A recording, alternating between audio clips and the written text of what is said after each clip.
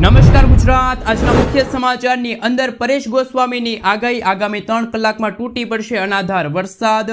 ભારે વરસાદથી લાચાર બનેલા ખેડૂતો માટે સારા સમાચાર, ખેડૂતોની લોન માફ થશે। રાશન કાર્ડ ધારકો આપે ધ્યાન, મહિલાઓને મળશે મફત સિલાઈ મશીન, વિદ્યાર્થીઓ અને વાલીઓ માટે મોટો નિર્ણય।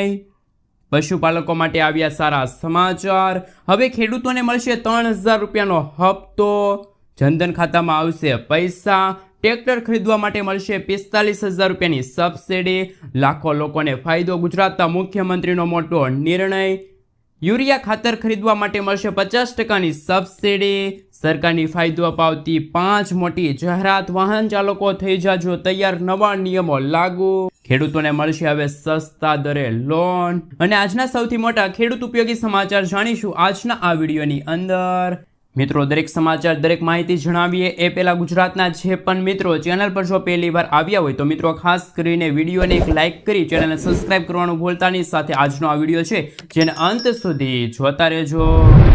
મિત્રો, અત્યારના તાજા અને હવામાન સમાચાર વિશે વાત કરીએ તો પરેશ ગોસ્વામીની ભારે આગાહી સામે આવી છે। આગામી 14 જૂન પછી અરબ સાગરમાં સિસ્ટમ સક્રિય થશે, એટલે કે મહારાષ્ટ્ર ઉપર એક અસ્થિરતા બનશે, જેના કારણે 15 જૂન બાદ ગુજરાતના કેટલાક વિસ્તારોમાં વરસાદ પડી શકે છે। ખાસ કરીને આ સિસ્ટમની અસર દક્ષિણ ગુજરાતના સુરત, તાપી, ડાંગ જિલ્લામાં વધારે જોવા મળશે, તેમજ સૌરાષ્ટ્રના બોટાદ, પોરબંદર, અમરેલી, ગીર સોમનાથ, જૂનાગઢ જેવા જિલ્લામાં 15 થી લઈને 20 જૂન વચ્ચે તીવ્ર પ્રી મોન્સૂન એક્ટિવિટી શરૂ થશે। ખાસ કરીને મિત્રો એ સિસ્ટમ છે સામાન્ય અને નબળી હશે, જેના કારણે નૈઋત્યનું ચોમાસું 15 થી લઈને 20 જૂન વચ્ચે ગુજરાતમાં નહીં આવે, પરંતુ દક્ષિણ ગુજરાત અને સૌરાષ્ટ્રના કાંઠાના વિસ્તારોમાં પ્રી મોન્સૂન એક્ટિવિટી થઈ શકે છે। સાથે સાથે હવામાન નિષ્ણાત પરેશ ગોસ્વામીની આગાહી સામે આવી છે। આગામી 10 તારીખ સુધી ઉકળાટમાં વધારો થશે, આ સાથે પવનની ગતિ ઘટશે, પવન 15 થી લઈને 20 કિલોમીટર પ્રતિ કલાકની ઝડપે ફૂંકાશે। આગામી 10 તારીખ સુધી કન્ટિન્યુ પવનો યથાવત રહેશે। જો કે અત્યારે તો મિત્રો છૂટાછવાયેલા વિસ્તારોમાં અમુક ભાગોમાં તો અત્યારે ઝાપટા પણ પડી રહ્યા છે। મિત્રો, ત્યાર પછીના સમાચાર વિશે વાત કરીએ તો ખેડૂતો માટે આવી ગઈ છે ખુશખબર। કિસાન ક્રેડિટ કાર્ડ ઉપર સરકાર ખેડૂતોને આપશે હવે 5 લાખ રૂપિયા સુધીની લોન। ખેડૂતોની આર્થિક સહાય માટે કેન્દ્ર સરકારે નાણાકીય વર્ષ 2025-26 માટે સુધારેલી વ્યાજ સબસિડી યોજના ચાલુ રાખવાની મંજૂરી આપી છે। આ યોજના કેન્દ્ર સરકાર ખેડૂતોને કિસાન ક્રેડિટ કાર્ડ દ્વારા 3 લાખ રૂપિયા સુધીની ટૂંકા ગાળાની પાક લોન પર 1.5% વ્યાજ સબસિડી પ્રદાન કરે છે। આ યોજના માટે ₹1500 કરોડ રૂપિયાનો ફંડને મંજૂરી મળી છે। સમયસર લોન ચૂકવતા ખેડૂતોને PRI તરીકે 3% વધારાનો લાભ મળશે, જે સાથે ખેડૂતોને માત્ર 4%ના વ્યાજ દરે આ 3 લાખ રૂપિયા સુધીની લોન છે મળવા પાત્ર રહેશે। એટલે કે મિત્રો, કિસાન ક્રેડિટ કાર્ડને લઈને અગત્યના સમાચાર સામે આવી રહ્યા છે। મિત્રો, આગલા સમાચાર વિશે વાત કરીએ તો ખેડૂતોની લોન માફીની રકમ 50,000 રૂપિયાથી વધારીને 2 લાખ રૂપિયા કરાઈ। સરકારે ખેડૂતોની લોન માફીની મર્યાદામાં નોંધપાત્ર વધારો કરવાની જાહેરાત કરી છે, જેનાથી કૃષિ સમુદાયને ખૂબ જ જરૂરી રાહત મળી છે। લોન માફીની રકમ 50,000થી વધારીને 2 લાખ કરવામાં આવી છે, જે દેવા સાથે સંઘર્ષ કરી રહેલા ખેડૂતોને નોંધપાત્ર નાણાકીય સહાય ઓફર કરે છે।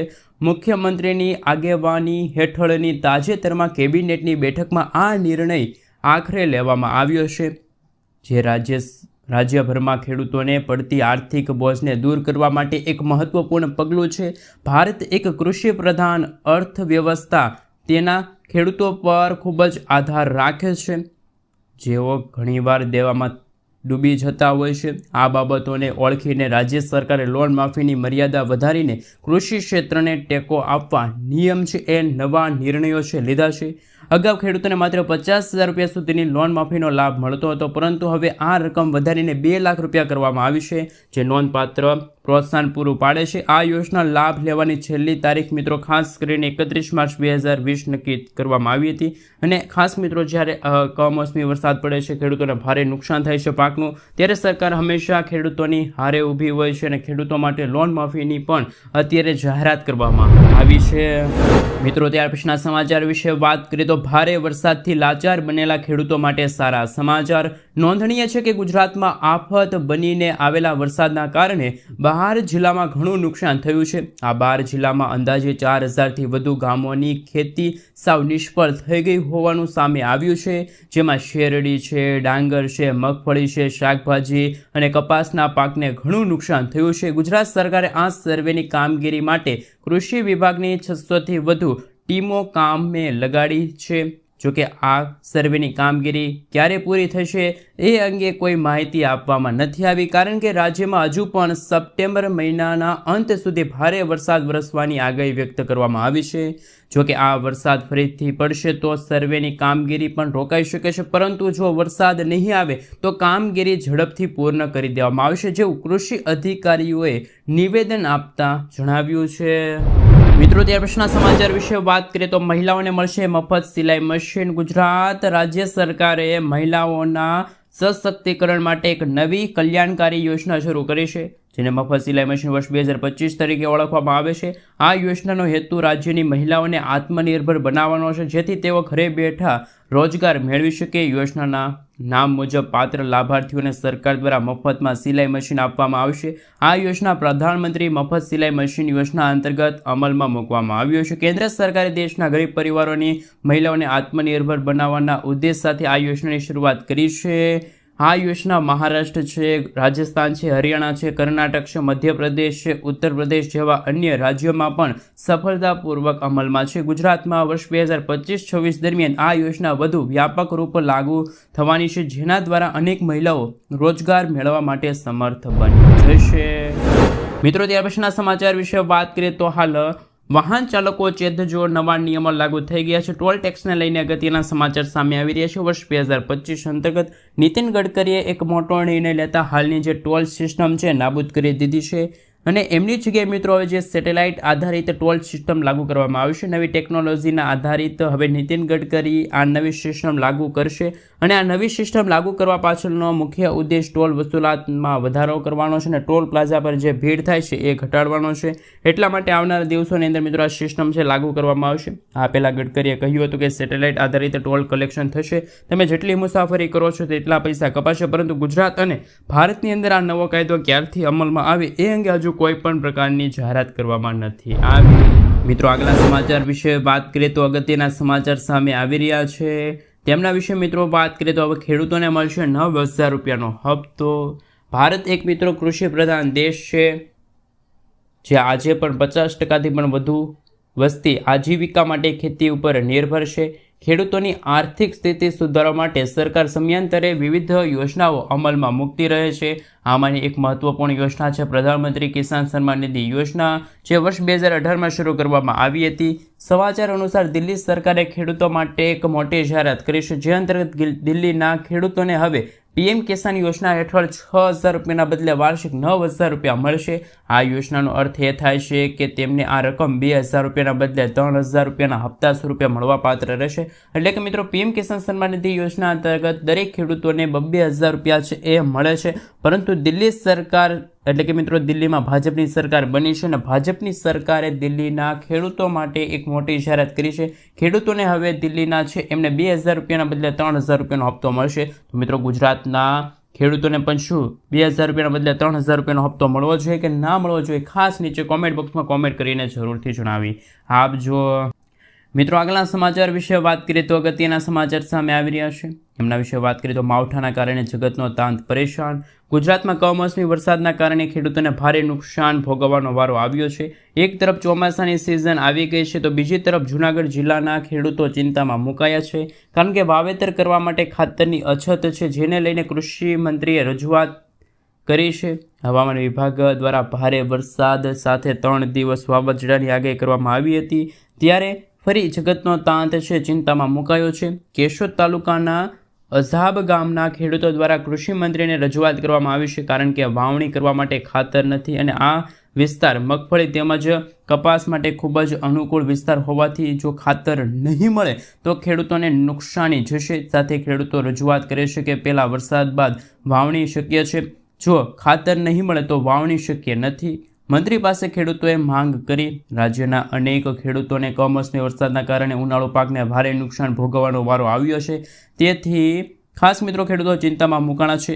યોગ્ય સમયે ખાતર નહીં મળે તો વાવણીને અસર થશે. ત્યારે આ બધા વાતને ધ્યાનમાં રાખીને કહી શકાય કે જેથી અઝાબ ગામમાં સરપંચ દ્વારા કૃષિમંત્રી રાઘવજી પટેલને તાત્કાલિક ખાતર મંડળીઓ અથવા તો ડેપોમાં પૂરું પાડવા માટે આ માંગણીઓ કરવામાં આવી છે. મિત્રો આગળના સમાચાર વિશે વાત કરીએ તો અગત્યના સમાચાર સામે આવી રહ્યા છે. એમના વિશે વાત કરીએ તો વાલીઓ માટે મોટો નિર્ણય છે. ગુજરાતના મુખ્યમંત્રીએ લીધો છે, શિક્ષણ વિભાગે લીધો છે. સ્કૂલ પ્રવાસ દરમિયાન બનતી દુર્ઘટનાને લઈને રાજ્ય સરકારે મોટો નિર્ણય લીધો છે.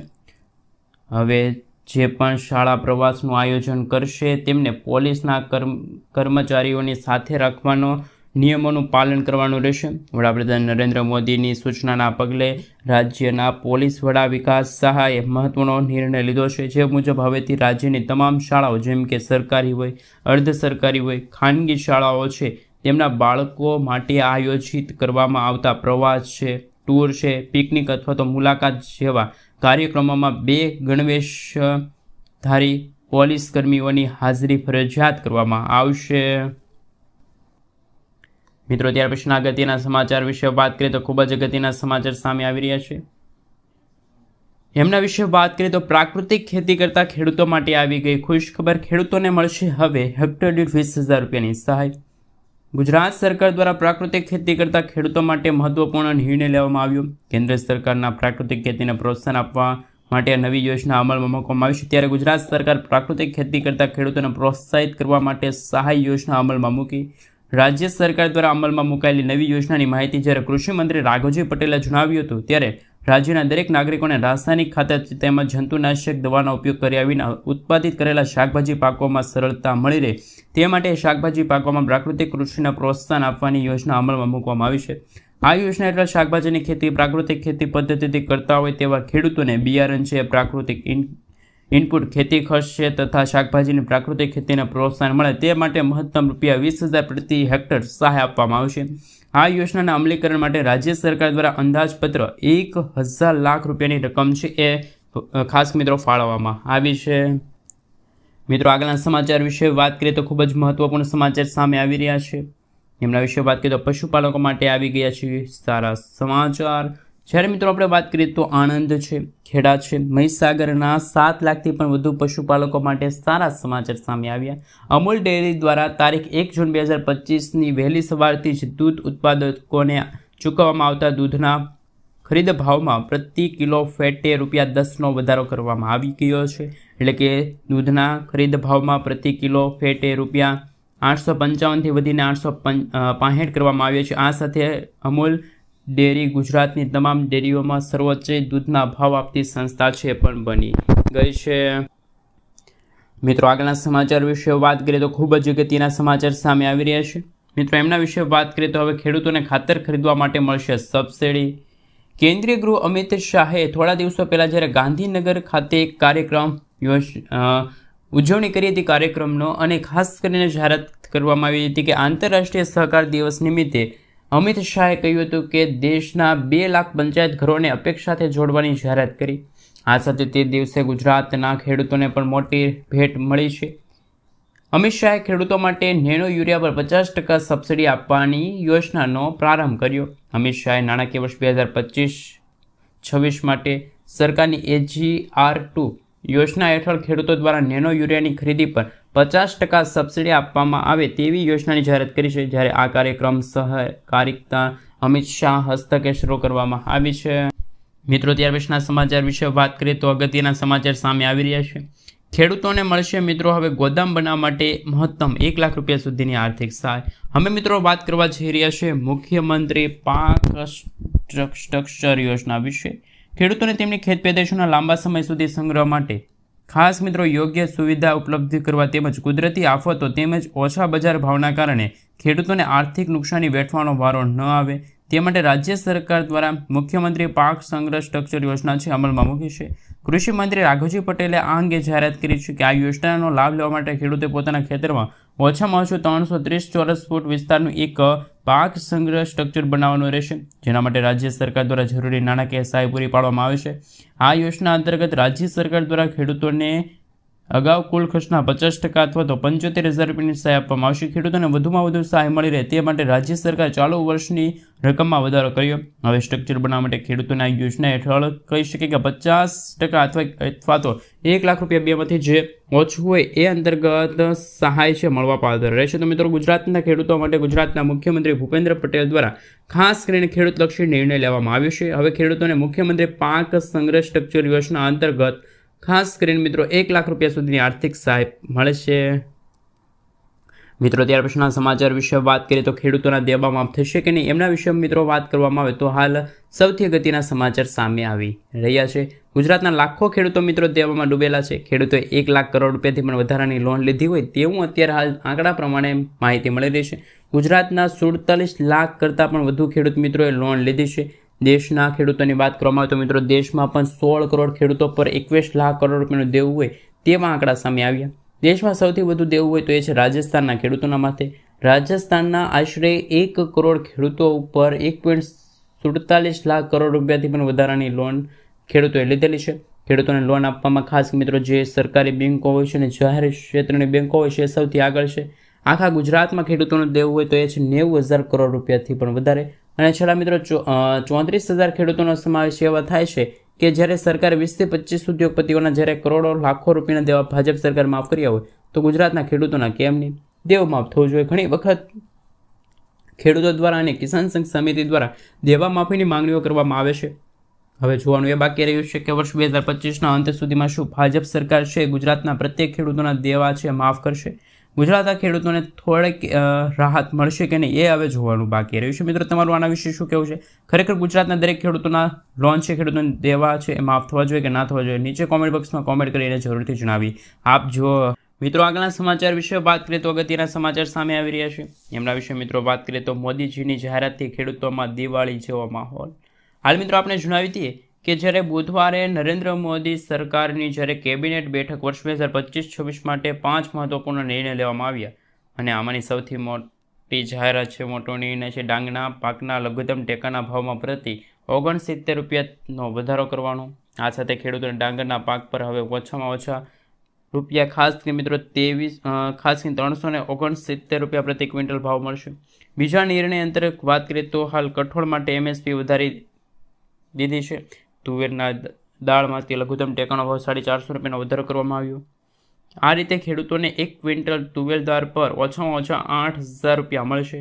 અડદ દાળના MSP પર 400 રૂપિયા વધારીને 7,800 રૂપિયા કરવામાં આવ્યો. મગની દાળ પર MSP 86 રૂપિયાથી વધારીને 8,768 રૂપિયા કરવામાં આવી છે. આ સાથે મિત્રો જો વધુ માહિતી મેળવીએ MSP વિશે તો ગત વર્ષની સરખામણીએ રાંગી કપાસ એટલે કે મિત્રો તલના ટેકાના ભાવમાં પ્રતિ ક્વિન્ટલ રૂપિયા 500 ને ક્રમશઃ ખાસ મિત્રો 596 રૂપિયા રાંગી માટે, ખાસ કરીને કપાસ માટે 589 રૂપિયા સાથે મિત્રો કહી શકાય કે જે તલ માટે રૂપિયા 579 રૂપિયાનો વધારો થયો છે.